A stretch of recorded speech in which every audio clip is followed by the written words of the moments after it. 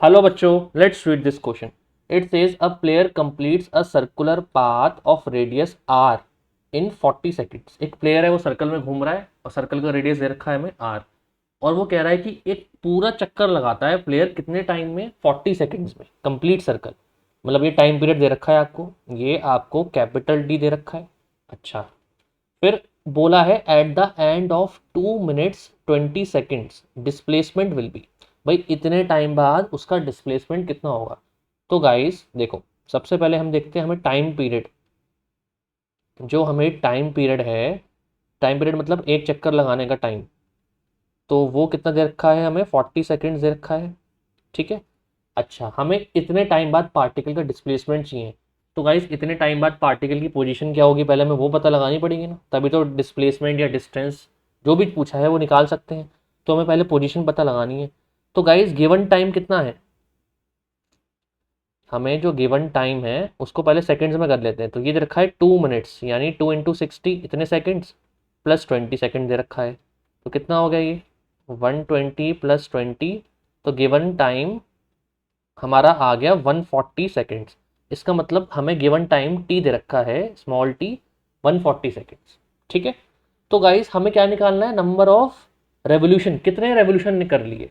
तो सब number of revolution निकालने का क्या तरीका होता है, देखो सिंपल सा फॉर्मूला है. नंबर ऑफ रेवोल्यूशंस निकालने का तरीका क्या होता है, जो हमें टाइम दे रखा है उसको डिवाइड कर दो टाइम पीरियड से.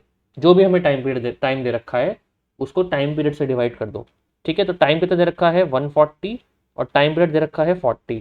तो जीरो से जीरो ये हो जाएगा आपका 14/4 विच इज 3 पॉइंट, कितना हो गया ये 3.5. मतलब 3 है ना, हाफ, 3.5 चक्कर लगा लिए. कितना शॉर्ट तरीका है करने का ये. प्लेयर ने 3.5 चक्कर लगा लिए, मतलब 3 चक्कर पूरे और एक आधा. तो इसका मतलब गाइस सपोज करो जो प्लेयर है वो यहाँ से स्टार्ट हुआ था ए से, वो बी तक चला गया. तो एक चक्कर लगाया फिर ए पे आ गया, 2 चक्कर लगाए फिर ए पे आ गया, 3 चक्कर हो गए फिर ए पे आ गया. अभी हाफ चक्कर बचा है. तो हाफ मतलब पार्टिकल आधा चक्कर लगा के बी पे आ जाएगा. इसका मतलब ए इस प्लेयर की इनिशियल पोजीशन है और बी इस प्लेयर की फाइनल पोजीशन हो गई. ठीक है जी. तो गाइस ये सर्कल का क्या हो जाएगा, सेंटर. तो इन दोनों को अगर मैं ज्वाइन कर दूं तो आप देख रहे हो ये क्या बन रहा है, ए बी होगा ना डिस्प्लेसमेंट. तो गाइस डिस्प्लेसमेंट कितना हो जाएगा, शॉर्टेस्ट पाथ.